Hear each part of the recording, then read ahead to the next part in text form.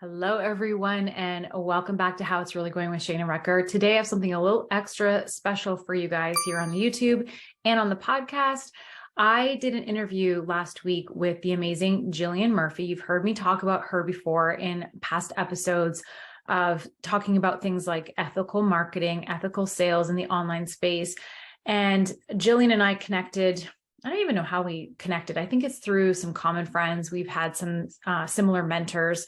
And we connected on Instagram and on this conversation, on this topic of ethical marketing. And because Jillian has a solid background in sales, over 20 years in corporate sales, she really knows and understands the industry and how to actually sell in a way that is ethical, and that and actually even in our conversation, you'll hear her say there were some things that she realized she was doing in her business that also were maybe not so ethical, and how she had to clean up some of the things in her own business.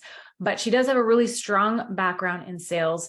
She's really good at what she does. And I'm excited because we created this podcast episode and we both decided to share it on both of our channels. So we dig a little deeper into this topic of ethical marketing and sales.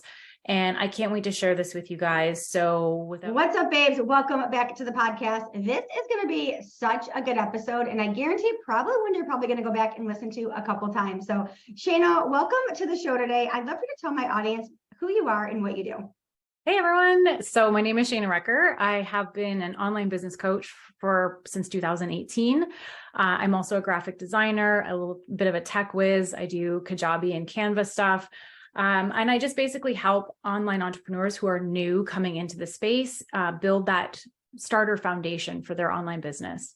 Mm-hmm. I love it. And you and I actually met, we had a mutual friend that kind of connected us. And I feel like as soon as we met, we really kind of kicked it off and we really kind of like wanted to be in each other's worlds.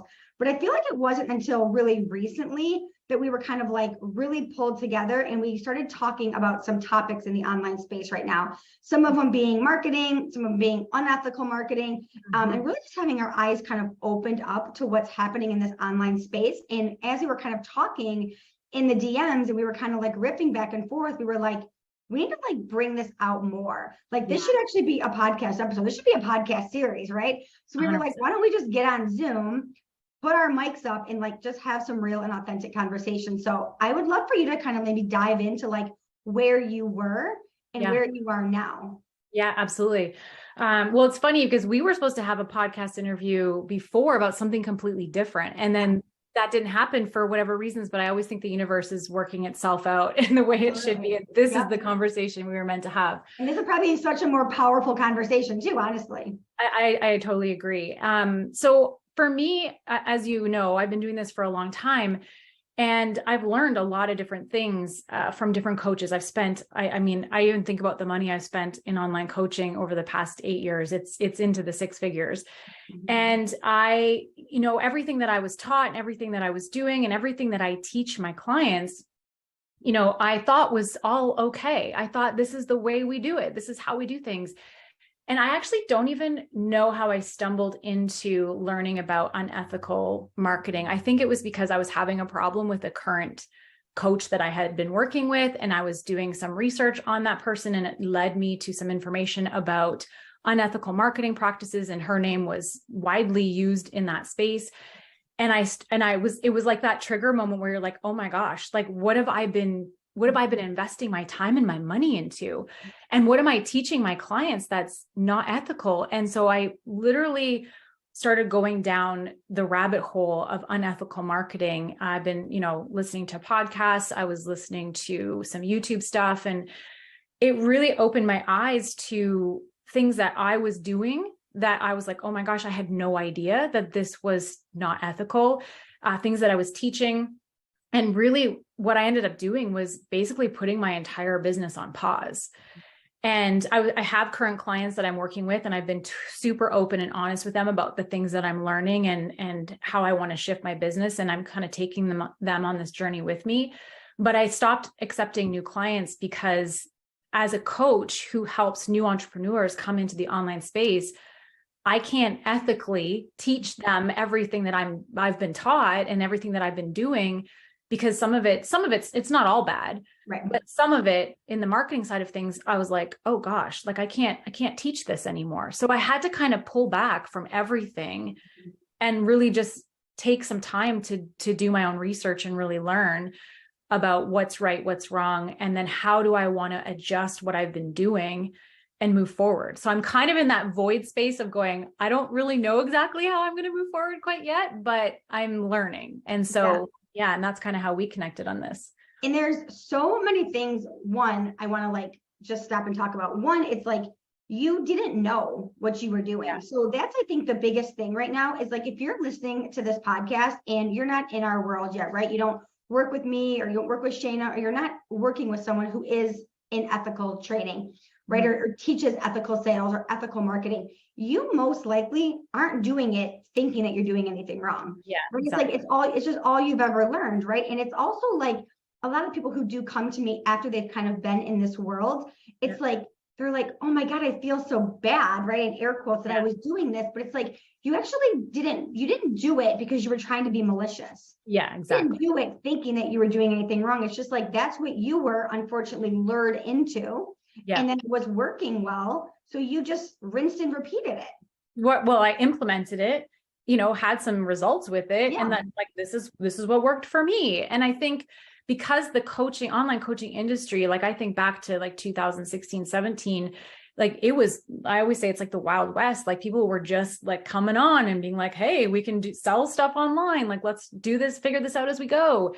And so I think there were just a lot of, unfortunately, bad habits or things that were picked up by people, and they were teaching it without knowing, and I think this is why this conversation is so important. It's not to shame anybody for what they've been doing, because like you said, we didn't know. It's about creating the awareness. Like, I'm so glad that I got woken up to what I was doing, so that I could make a change. It's not about feeling bad. It's about going, okay, well, today's a new day. I get to make a new decision, and so that's more about what this is about.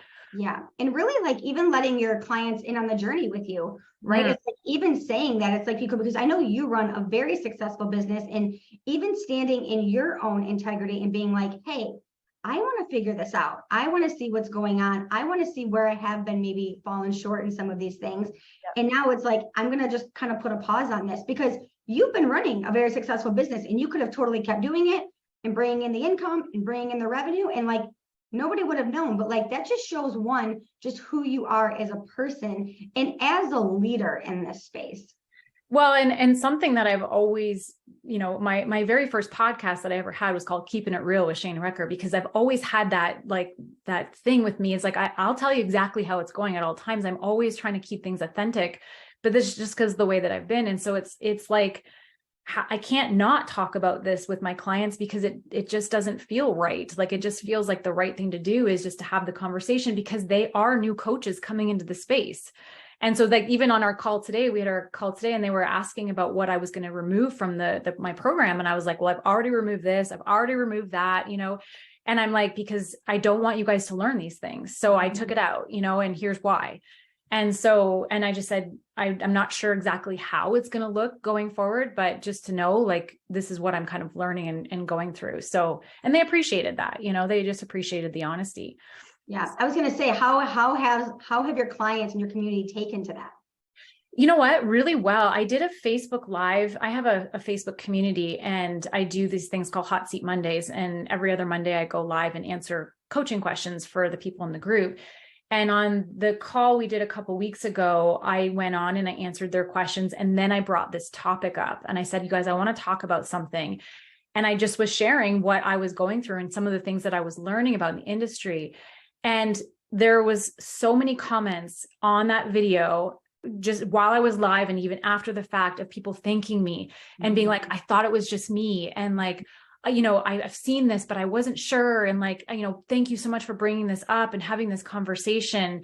And that's when I realized that this is something that I don't know that I'm going to like be an advocate full out for this yet, but it was just something that I was like, this is a conversation that needs to be had.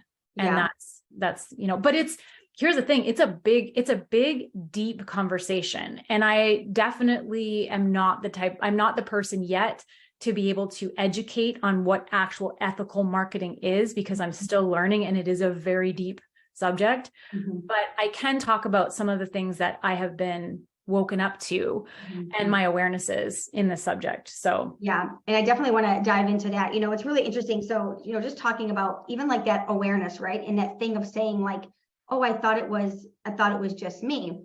I've noticed so many people kind of coming into my world and they have this like fear of asking questions. yeah. They have this fear of like utilizing Voxer. They have this fear of asking questions in masterminds. And I've seen it more recently. Like when I first started out as a coach, I was like on Q&As, everybody was the first to raise their hand. And, I would have like open hot seat coaching and everybody was the first to raise their hand. And I've really seen this shift in like, even in my coaching programs, even in my masterminds of like people not really wanting to raise their hands. And it was really with like these new people coming into my world. And I would say like, hey, is everything okay? We have a hot seat question, hot seat calls and you're not really asking questions. And they would say things like, I know, but like, I know that like, if you ask a lot of questions, then you seem needy. Or I know that like, this is probably a basic question. And other masterminds that I was in, it was like, you should already know this.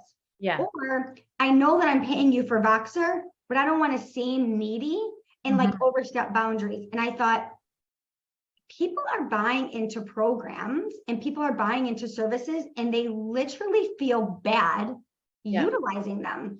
So that's where like really opened my eyes up, is like I was seeing people coming in and they almost had this like they like this like almost like that like beaten wife syndrome. Like, yeah, I want to be in your world, but like I don't want to ask any questions and I don't want to bother you and all these things. And I was like, that was when I first started seeing it. And then I kind of went down the rabbit hole too of like, okay, this is like a thing that people that is happening. So I went on the other side of like, how are these coaches talking to these people? What is happening on the other side? And I don't know if you know my story, but I invested in some of these coaches specifically to get into rooms.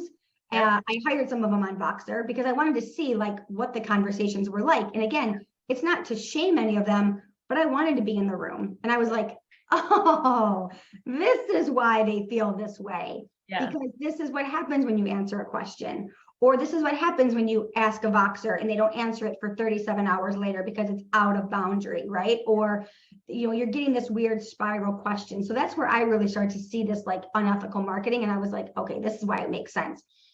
But I would love for you to share, what were some of the key things that you started to see that were like eye openers for you? Yeah. And I just to touch on what you're talking about there, just before I share some of mine, is I've seen in the coaching space things like, if you have to ask me questions, this isn't for you. Like, if you know, like you should just, it's a vibe, it's an energy, it's a, whatever. And I think that's the kind of marketing that's been used that gets people feeling like they shouldn't ask questions because it makes them feel shameful. I should know these things. I should just know if I want to spend 10 grand on this program. And it's like, well, no, if you have questions, like you should be able to ask questions, right? Yeah, I got a girl. She recently just hired me for Voxer coaching, and I'll never forget. And she's probably listening to this podcast, and she's gonna be like, "Oh my God, this is me."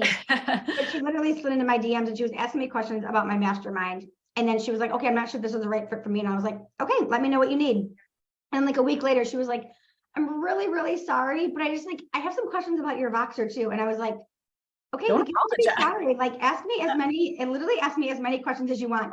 So like I asked her questions about Voxer, and then she was like, okay, I know I'm being really annoying, but like I have some questions about your Voxer and I have questions about the mastermind. Like, can you just answer a couple more? And I was like, listen, this is a 4-figure investment. I will answer as many questions as you want and literally take your time. And she said that the way that I like approached that in the DMs made her feel so much better, because exactly what you just said. She was so used to people being like, if you don't know, then something's wrong with you. Yeah. Or it's just a vibe and you're either in it or you're not. Or like the people that ask too many questions, like there's just something wrong with you. Or it's like, because you're taking too long to make a decision, that's why you're not having like momentum in your business. And I was like, I don't want people jumping in to investments with me, because that's not who I want to work with either. No, exactly. And that's the thing. I'm like, I'm grateful when people are asking me questions about my programs, because that means that that's somebody who's interested in working with me. Yep. And like you say, I'll go back and forth in DMs all day long and answer your questions. If you're trying to make, like, if you're making the decision to try and join a program or not, like, I want to answer your questions. And I think, for me, some of the things that and this is where I started even noticing, like, was I doing this myself, was the shame-based marketing, like the marketing where, I've seen people use the word idiot in a post, talking about other clients and other people in their audience. And the whole live on that one. Right. And like, just like, if you're not doing this, then you're wrong. Or if you're doing things this way, then that's bad, or, stuff like that. And I actually paid for a program that taught these things they're called thought reversals, where you're actually trying to manipulate somebody's beliefs and turn them around so that they buy from you. And I was like, I didn't realize in that moment that that's like really at the root of that. Like, you're shaming somebody for feeling a certain way and that they should know better and that you have the better solution for them. Yeah. And it's like that mean girl in high school. Yeah. Like, you really don't like her, but you also like want to be her best friend. And that's how I feel about, the coach who calls their clients idiots. And you guys know who this is. I just did a whole live on this, but it's like, you almost like don't want to be in her world, but also like, if you're not in her world, you feel like you're not part of the cool club. Right. So there's this whole thing. There's that. And then, and I think that, cause I hear those kind of coaches as well, who have made a lot of money, talk about, don't put coaches on a pedestal and all these things, but then it's almost like they put themselves on the pedestal, being like, I can't talk to you unless you pay me $8 million. These are my boundaries. Like, I'm special, whatever. So there's that. And I think that is unfortunate, because that's what also makes people too afraid to kind of reach out and talk to the coach, because they feel like, oh, I have to I have to spend tons of money to be able to have that direct action with the coach. And it's like, if you're paying me, I'll answer your questions. Like, you don't have, you know what I mean? And I think the other thing that this has always bothered me, even prior to learning more about ethical marketing, is the use of luxury items and luxury in general as a marketing tool. And this is something that has always bothered me, because I've seen people fake this stuff in order to get the photos, in order to market themselves. And what really pisses me off about this is that it targets vulnerable people who are in a financially hard situation, who look at that and go, if I work with that person, I'll be able to buy those handbags and have those things and fly private. And and so they invest because they think that person has the secret. Meanwhile, if you were to do a deep dive on those businesses, how many millionaires are you actually creating? Or is it just you that becomes the millionaire? Right. Exactly. So that's been something that's always bothered me, but I didn't talk about it too much, because I was like, is that me just being jealous because I don't have that yet? Or is this actually an unethical practice? And I have since discovered it's actually an unethical practice. Yeah, that is so funny, because recently I actually just had this conversation with my team. So recently there's a coach that I personally follow, and she's always showing her car. Right. She's always showing her car. She's always in her car. She's always like, it's a Porsche, right? She's always showing her car. And it's like, oh, this is what you can do. This is what you can have. And like all the things, right? And it's like, she's literally using the Porsche to be like, when you work with me, or when you do things, or when you're in my programs, like, this is like the lavish life that you have. And it's so interesting, because I actually have a more expensive car. Like, I have a Range Rover, right? My car is actually more money than her. You guys never see my car on my stories, right? No. I literally look homeless 99% of the fucking time, right? So it's like, I could literally be doing that exact same type of marketing, but like, I don't promise that you're going to have a Range Rover or a Porsche or a house or any of those things. And like, it's just a vulnerable way of doing things. And it's exactly what you just said. It's like, people see that, and then it's like, oh, well, like, I want to be that, or I want to be part of that cool club, or all of those things. And I love what you just said. The majority of these coaches that are doing these things, look at their client testimonials. You got to talk about this all the time. Where are they? How many millionaires have they made? How many six-figure earners have they made? If they have thousands of people in their world, they should have hundreds of people getting successes. Exactly. But all you ever see is their success, their stripe links, their houses, their shoes all the time. You can look at mine and Shana's stories any day of the week, and it's our clients' wins. Yeah. It's our community's wins, right? That right there is the biggest red flag that I've ever seen, because it's like, you guys are making them the millionaires. Yeah. And I always say the best marketer will always win. They'll always win. Yeah. And I know that there's a coach particularly that you guys know I talk about all the time. You know, she lives in a very small town in Canada, Fire Redhead. You guys know who she is. And she literally rents out like other Airbnbs. She rents out other hotels. She rents out other houses to go and take her photos. And the reason that I know this, because I have a client that lives down the street. And she'll literally message me and be like, oh my God, she's doing a photo shoot like down the street from me. This is like so funny. So it's like, you guys are buying into so many things that like isn't even the right thing. And, you know, I had this conversation with my mentor, Chris Harder, and I had to like really get clear on this, because he said, you know, you're really bothered by these coaches. Yeah. Like there's a real like annoyance that you have with them. So is it about the balloons? Is it about the stripe links? Is it about the fancy cars? Or is it about their integrity? And I said, it's about their integrity. 1,000%. Because he said to me, let me ask you a question, Jill. I have a car full of garages that I show on my stories. Are you triggered by him? I'm like, nope. He's like, my wife, Lori Harder, shows all kinds of fancy balloons and fancy clothes. Are you triggered by him? I'm like, nope. He's like, so the issue is not the things that they're showing. It's that the integrity of the person behind it. And I'll tell you what, that was such a light bulb moment that I had with Chris, because I was like, that's what it is. It's not about the items. I don't care about your shoes, your clothes, your house. Not about that. The person behind it, because I know it's so unethical. Well, and to add to that, and I totally agree, that's such a great analogy that Chris shared. When I think about it, it's because I look at that and it feels unfair. And I'm just going to say this how it comes out, because I'm really good at what I do. I'm really good at helping people. I know what I'm doing for my clients. I get my clients results, but I am not willing to do the low hanging fruit marketing in order to achieve success. So as one of the girls I follow, Ash Riley, had said, it's when we're not willing to participate in those unethical marketing practices, we're leaving money on the table because we're not willing to do those things. So I don't have a 6-figure month in my business. And, you know, not because it's not solely just because I'm not using Louis Vuitton in my marketing, but I guarantee you, if I were faking my success in order to prove that I was somebody special, I could probably get there a lot faster. Absolutely. But I'm not willing to do that. I'm not willing to do that. So, and I know for me, a lot of the mindset coaches that I've worked with have pushed this whole belief of you need to step into this $1 million version of yourself before you get there, which means you need to invest in fancy clothes and fancy whatever and all the things.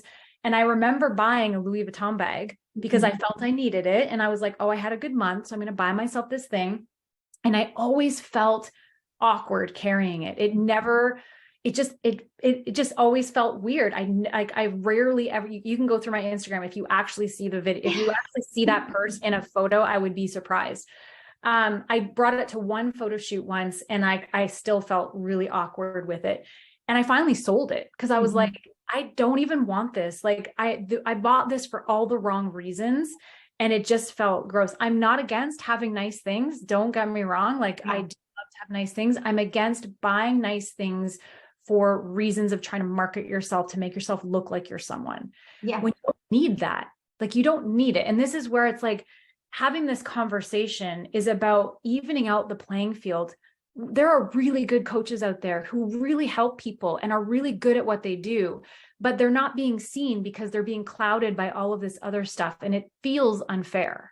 That's why I want to have this conversation. No, it's so true. It's exactly what you just said too. It's like, I know that there are coaches who are less talented than me, that are less marketable than me, that are less skilled than me, that are making 10 times, if not 100 times more than me, because they're willing to do the things that I'm not willing to do.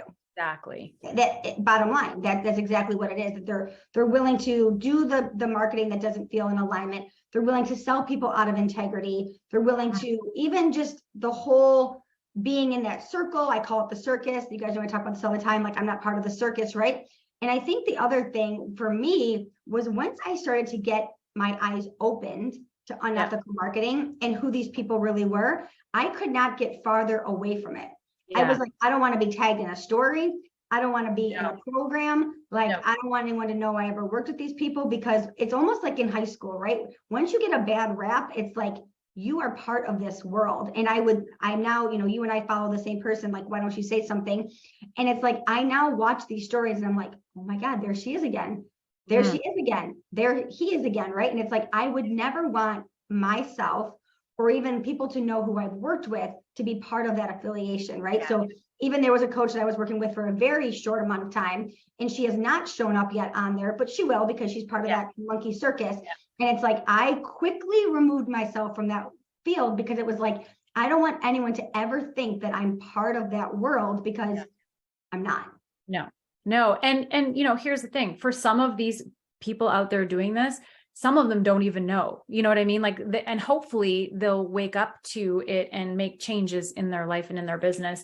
But a lot of them are okay with it and are doing it, and actually will come at those of us who are talking about the unethics in marketing and say that we're just, jealous, or we're just this, or we're just that. So, it is kind of a weird spot to be in. But the other thing I was going to say is, one of the other things that I am personally doing, and I see this in the industry and I've seen this talked about, is really looking at, where are my actual skill sets? What am I actually trained in that I am qualified to be coaching, and where am I not qualified? So I just actually said this to my students today, and you'll love this because I brought you into this, Jillian. I said, my skill sets are understanding the strategy and the technology of setting up your business. My skill sets are the graphic design. My skill sets are, I'm a creative problem solver. I'm really good at kind of figuring out how your program should look and all of those things.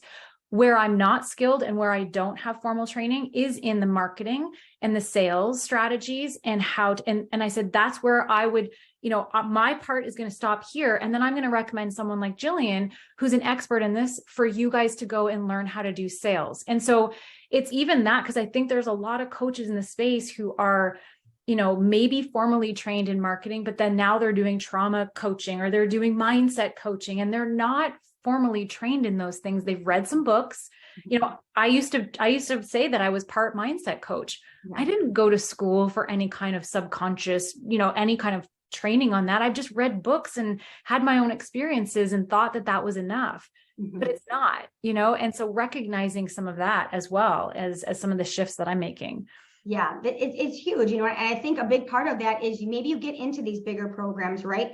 Where at the top, right, the top at the circus, they're teaching all of these things. So then you think like, okay, well, I can teach content now, and I can teach mindset now, and I can teach subconscious reprogramming, and I can teach, all these things. And then that's how even a lot of these offers are being created, because they're just teaching, they're just reproducing all of the same things. And it's like, what is your skill really in? And I always say that part of the reason why a lot of these coaches aren't getting their clients results, they're just making a lot of money for themselves, is because when you aren't skilled in something, you can only regurgitate it. You can't actually teach it, right? Just like I'm not a tech person. Somebody asked me a tech question today. I was like, this is as far as I can get you. Go to kajabi.com. Here's my discount code. Come to me. Go see Shana, right? Like, I cannot help you.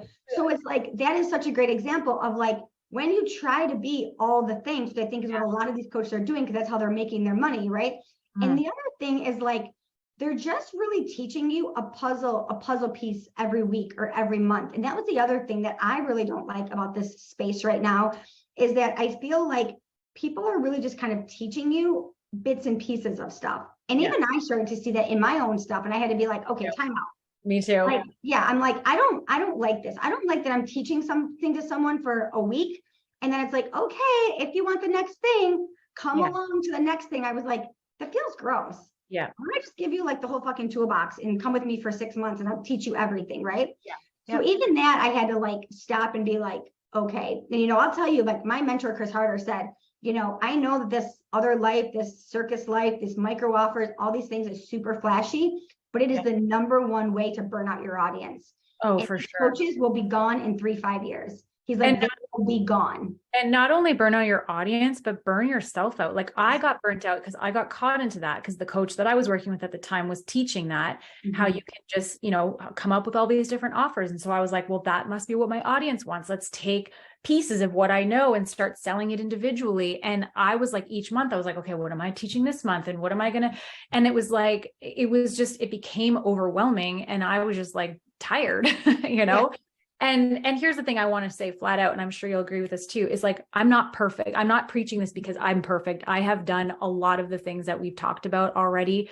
And so I just want to say, like, I'm not innocent and I'm not, like I have been guilty of these things, but it is a learning process. But yeah, I think you're right. I think we've got to stick to what it is that we are actually trained in. I think we bring in experts that, if we want to have an expert come in on something that we don't know and really just like create a space where you can teach it all, in one thing versus chopping it up into a million different programs. So I know you and I have really gone down, like really learning more about ethical marketing. I know we've done some reading, we've listened to some podcasts. Where would you say someone who wants to learn more about this should really start? Well, the one account that I've been following is Ash Riley, and she's Ash Rising on Instagram. That's where I've started, really looking at her stuff. I've joined her Facebook community as well to just learn more. Obviously through Eva's account. What is it again? It's called Why Don't You Say Something? Yeah, Why Don't You Say Something? So that really opened my eyes to a lot of things. She's been really helpful in learning. And then so here's the thing I will say, and I've been also looking for content on YouTube, looking for people talking about this topic, but I will say I keep myself distant. Like I will watch something, but I don't take it for gospel kind of thing. I listen and I just decide what I feel is right and wrong, because I do feel at this point of the game, there are people who are starting to see a way to even have their own benefit from talking about this stuff, if you know what I mean. Yes. So it's like looking at people who are coming at this from an authentic, like, I want to have this conversation space, not a, hey, this is a great topic to get lots of views on my video. Yes.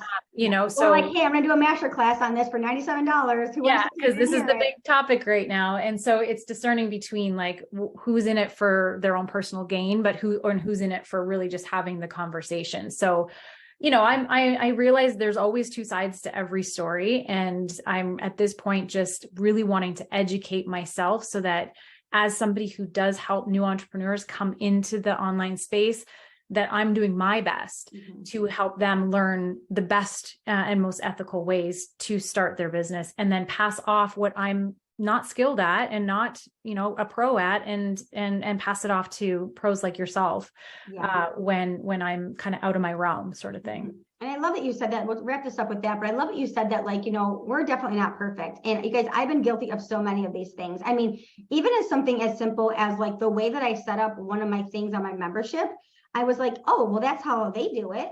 Yeah. And it's working really good. And like, they don't have a contract, and they said, I don't need a contract. So I'm just going to like set it up on this like terms and condition page. And I'll tell you what, like, I got burned on it.